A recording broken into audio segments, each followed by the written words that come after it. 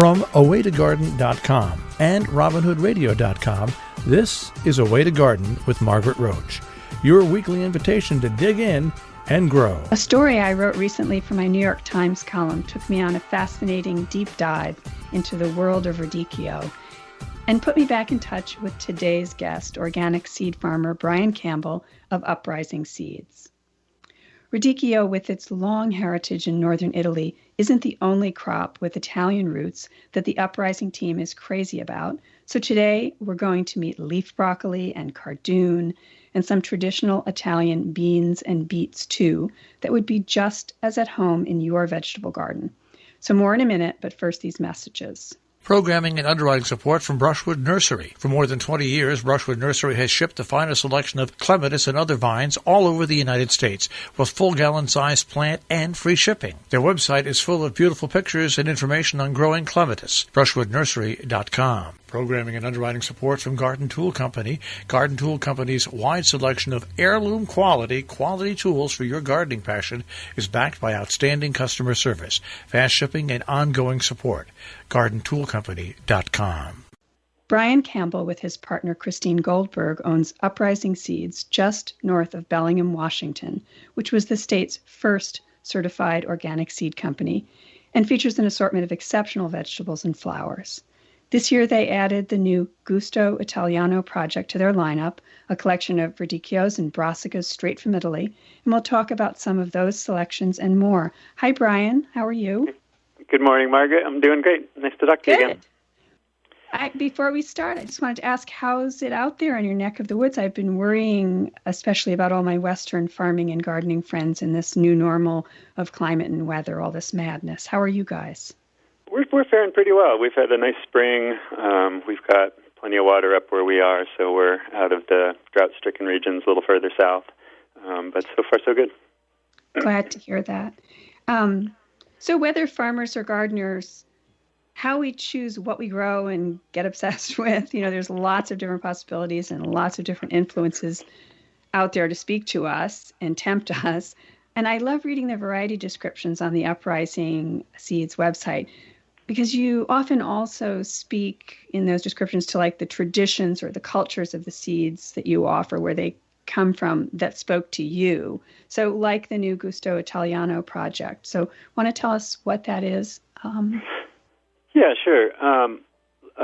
So one of the things that has always attracted us to seed work is these varieties with rich histories and with deep connections to tradition and place. And for us, one of the most important things in working with seeds is to use them as a way to be a conduit of connectivity between people and culture and place. And that's what kind of motivated us with this project, the Gusto Italiano. We've always been attracted to the food and agriculture tradition of Italy, probably because that's the first place we really experienced a rich, intact food culture as adults. These regional specialties that are really woven into the fabric of the culture of these places, and experiencing that and wanting to share that with people as a way to allow people to connect with traditions outside their own, or to find people who are maybe from those regions now living abroad in the United States, and providing a way for them to connect to their cultural heritage has always been really richly satisfying to us. Right. So this is a collaboration. The Gusto Italiano project is a collaboration with Culinary Breeding Network and Smarties.bio, an Italian seed breeding company. It's all organic seed. It's very interesting. And what drew me to contact you to write about it was the radicchio, which I will confess I've never grown, but now, because it's really it likes to come to fruition in the fall and winter. It's like a crop that we sow now and plant now into maybe early August or something, depending on where we are in the north. So radicchio, yeah?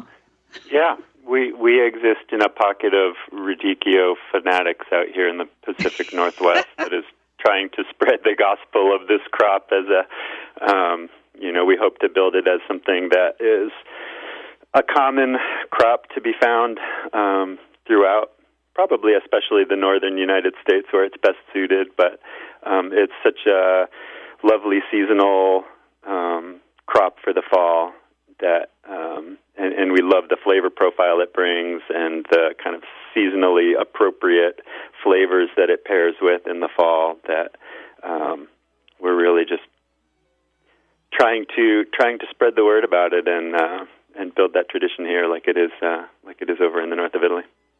So what kind of blew me away when we, again, when I first contacted you and we started doing the research for the story, the time story, like I didn't even know, because I have farmer friends and they might grow 2 kinds or 3 kinds or sometimes just 1 kind, but most people only know the one from the supermarket if they know any. And as you told me, that's the one that's sometimes sort of shredded up into those bagged baby salad mixes. It's dark purpley red in color. And it kind of looks like a small head of cabbage. But that's just one type, and it's this chicory. It's a cultivated kind of chicory that, but it has all these diverse types, and that was what's so amazing. They're so beautiful. I didn't know most of them.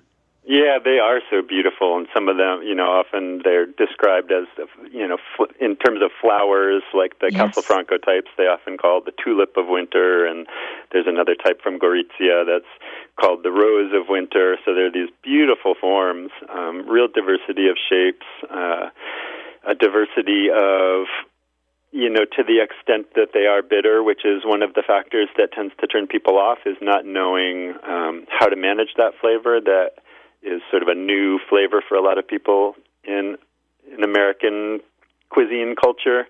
But, rather than that being a deterrent, we just think of it as something like anything that you need to learn how to prepare, how to manage. And like you said, the one that most people are familiar with, the Chioggia types that look like the cabbages, that's often a cooked type in Italy and not one that's eaten raw, where the bitter flavors might come more to the foreground. It's something that will be, maybe grilled or sautéed, where the sweetness might come out of it, or sweeter elements might be added to tame the bitterness to bring it more into balance. So how people are exposed to it, I think, often shapes their impressions of it. And I think teaching people the culinary traditions and aspects, as well as, exposing to them a diversity of shapes and flavors, is also a real important component of it. And for gardeners or farmers, but mostly listening to the program are gardeners, as you taught me, it's really important to choose the right ones to start with, and because some of them can be like 60-day-ish from the time of transplant to harvest approximately, and some can be like double that. And those ones that are double that are a lot harder in a lot of growing zones, so choosing the right ones to get started with, right? Sure, and that's not even necessarily just by type. So if you took, again, that Chioggia type, there are Chioggia varieties that are very short days to maturity, so maybe 60 days to where you'll harvest them, or even less. And there are ones that were, like you said, 110, 120 days to harvest. So I wouldn't say there are types necessarily that are better. Okay. But within that, you need to know what your season looks like. And if you're someplace like the northern New England, where you have a very severe transition from fall to winter, and it gets very, very cold very quickly, then you're going to want to get the earlier maturing varieties. Whereas if you're in our area in the Pacific Northwest, where we have these long, mild transitions to cold winter temperatures, we can grow the much longer season ones. Mm-hmm.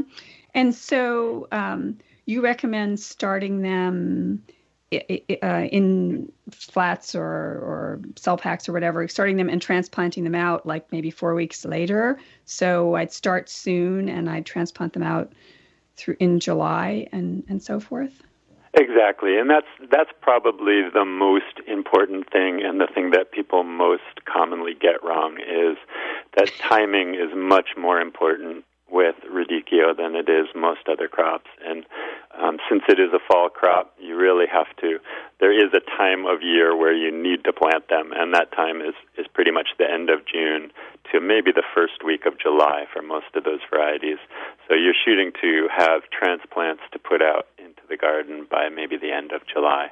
And then they'll do that growing through August and into September, and then the heading up really takes that shortening days of fall to really develop those nice tight heads for the heading varieties and to fill in. And again, brassicas, fall brassicas like kales and cabbages, the real cool nights and yes. frosting at night is really an important aspect of developing the sweet flavors, and really improves the quality of the final product. Well, I'll give, with the transcript of this show, I'm going to give the link to the longer time story, which we really just delved into Radicchio. And the reason being that I want to just, there were some other things in the catalog, some are in this new assortment and some otherwise, or that I've seen on your Instagram. Like I've grown leaf broccoli. I call it spigariello or spigarello. I don't know how you're supposed to pronounce it, but you have a different one, and it has a great story too. And I don't know if people have tried leaf broccoli, but it's wonderful. Yeah. So we actually sell two. We do sell the spigarello, and then the one that's part of the Gusto project is a really localized regional specialty in the Veneto, in that same region that the Radicchio comes from, and it's called Fiolaro di Creaso, and that is from a village there and has that similar, people who aren't familiar with leaf broccoli, it doesn't make a head of buds, which is what the broccoli head is, but rather it's eaten more like kale or collards. It's a brassica green. And the Fiolaro is named such because what's known as fioi, which are these branches, so it branches heavily and makes these stalks of clusters of leaves, and they have just a real delightful flavor, again, especially after frost. They sweeten up and sautéed. They're very tender and delicious, and it's kind of a different brassica flavor profile than you're used to from kales or collards or those things. Yes, it is, and it's surprising because, again, when first time I grew it, I didn't know what to expect the flavor would be, but it is distinctive. It's a wonderful thing. And when would you? How late can we sow? Can we do another sowing of that for the fall?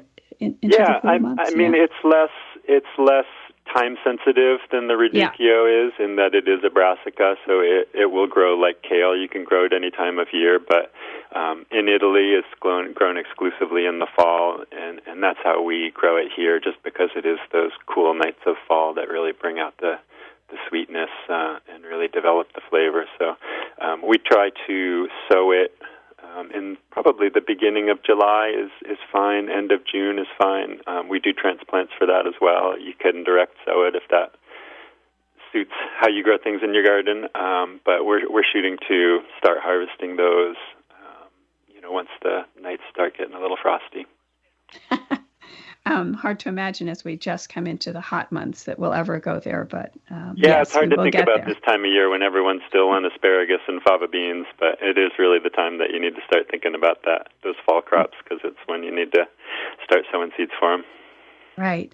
That one isn't that in the Slow Food Arc of Taste list? Isn't that sort of a it's a precious thing that isn't widely grown, and I think it could use more people growing it. Is that correct? It is, yeah. So it is on the Slow Foods Arc of Taste. It's very localized. Our friend Andrea of Smarties grew up, very close to there and had never even heard of it until a friend of his brought it to his attention. And it's also something that is almost never. It's not a seed that you could buy like in a seed catalog in Italy. A lot of these real regional specialties, they kind of exist outside of a commercial seed world and are just maintained by the growers that grow them. So it is a bit unusual for somebody like Andrea, and that is one of his projects is collecting these really localized treasures that are likely threatened just from an aging out farming population and traditions changing there. So one of his projects is to start collecting some of these really regional specialties and working with them in a modern breeding context and selling seeds to try and promote people to keep growing them. Yeah, keep them alive. Now, so Smarties, again, that I mentioned in the beginning, is one of the partners in this Gusto Italiano project, and he's a northern Italy-based seed breeder.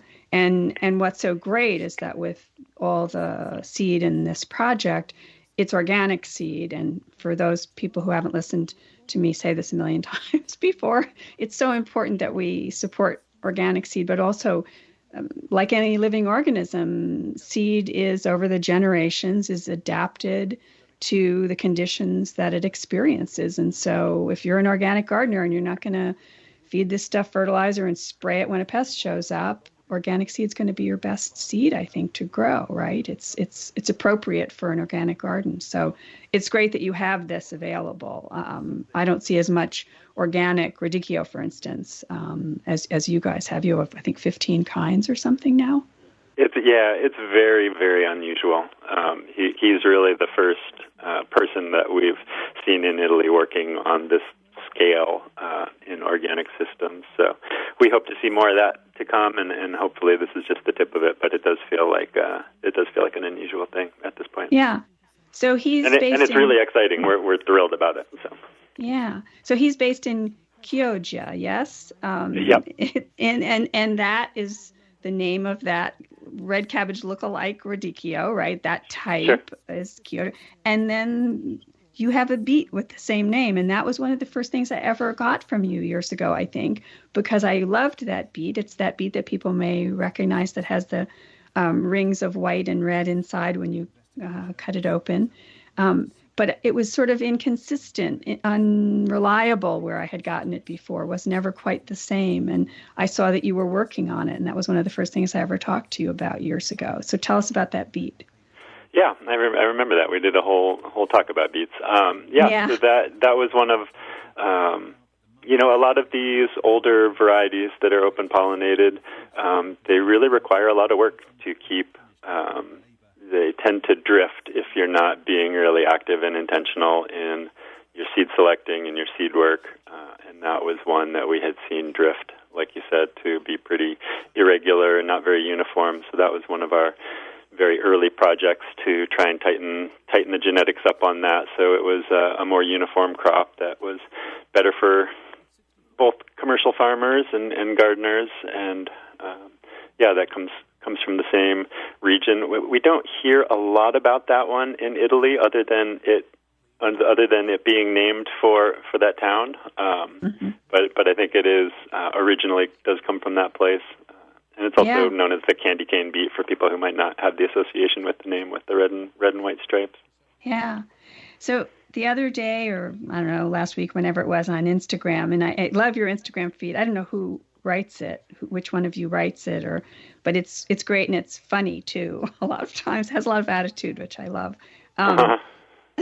So you showed a plate of what looked like little cutlets, breaded and fried, and it was Cardoon, which indeed, and I was like, what? Who's growing Cardoon and eating it? This is fabulous. So tell us about Cardoon. Yeah, I have my soapboxes, and that's one of them. If I feel like one of my goals in life is to popularize Cardoons in North America, and I feel like it's one of my favorite foods of fall for people who love artichokes. It's very closely related, probably a slightly wilder version. It doesn't make those big buds, which are the artichokes on the artichoke plant, but instead it's grown for the stems. And it's a bit of a process to produce in that it requires one final step before you can harvest it, which is wrapping the bases of the stems, probably the bottom, 2.5 feet, to exclude light, which is and that needs to be done to tame the bitterness, which if it's not done, it tends to be pretty unpleasantly bitter. But what you get after that time, after you blanch it, maybe for about a month before harvesting, you get this huge, I describe it as celery on steroids. So it's a pretty big reward for the work. You can get a couple pound clump of stems, and it has the flavor of artichoke hearts, and if it's done well, it has a really smooth texture when it's cooked, and the way we like to prepare them is kind of a Roman style, or lots of different parts of Italy have different versions, which is you boil it in, kind of poach it in wine, white wine and water, and then cook it until it's soft, and then bread it and fry it, and it's just this delicious kind of creamy, crunchy artichoke-flavored dish that we just love. It's probably one of my favorite things to eat in the fall. It's interesting.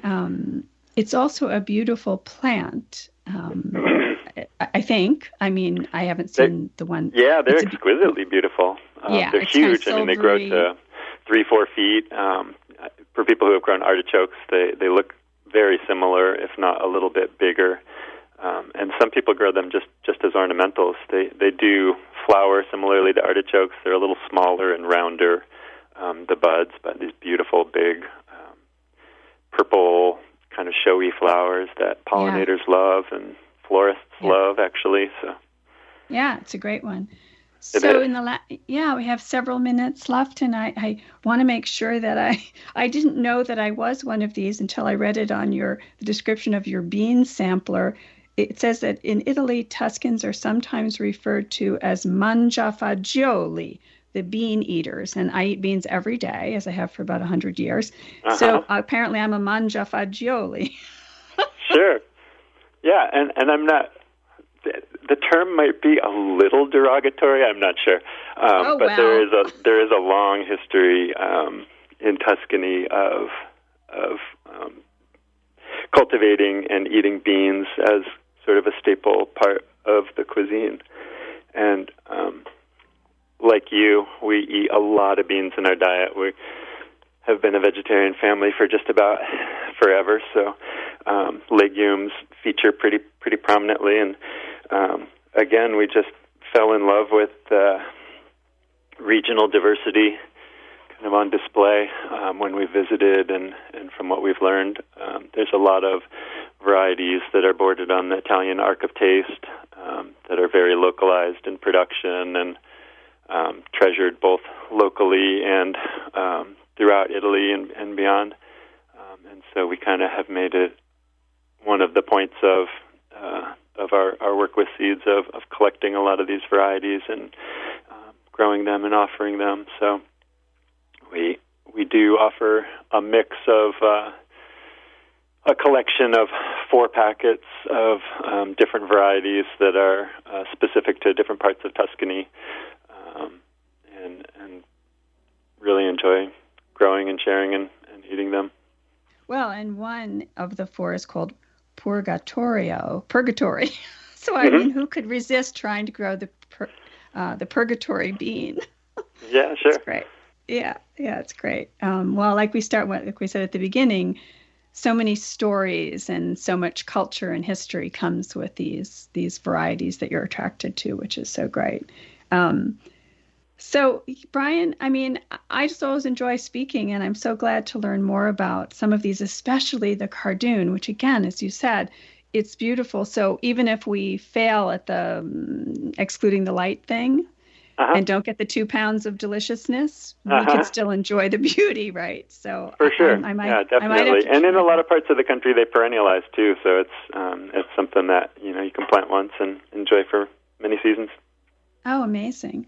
Well, I'm glad to speak to you. I'm going to actually buy a couple of gift certificates to go with as a giveaway during the with the transcript of the show, because I'm so excited about some of the things you're doing. So hopefully some listeners will be excited too, and I'll have a little giveaway. So thank you again for making time. I know this is a busy time of year. So thanks, and it's good to speak to you.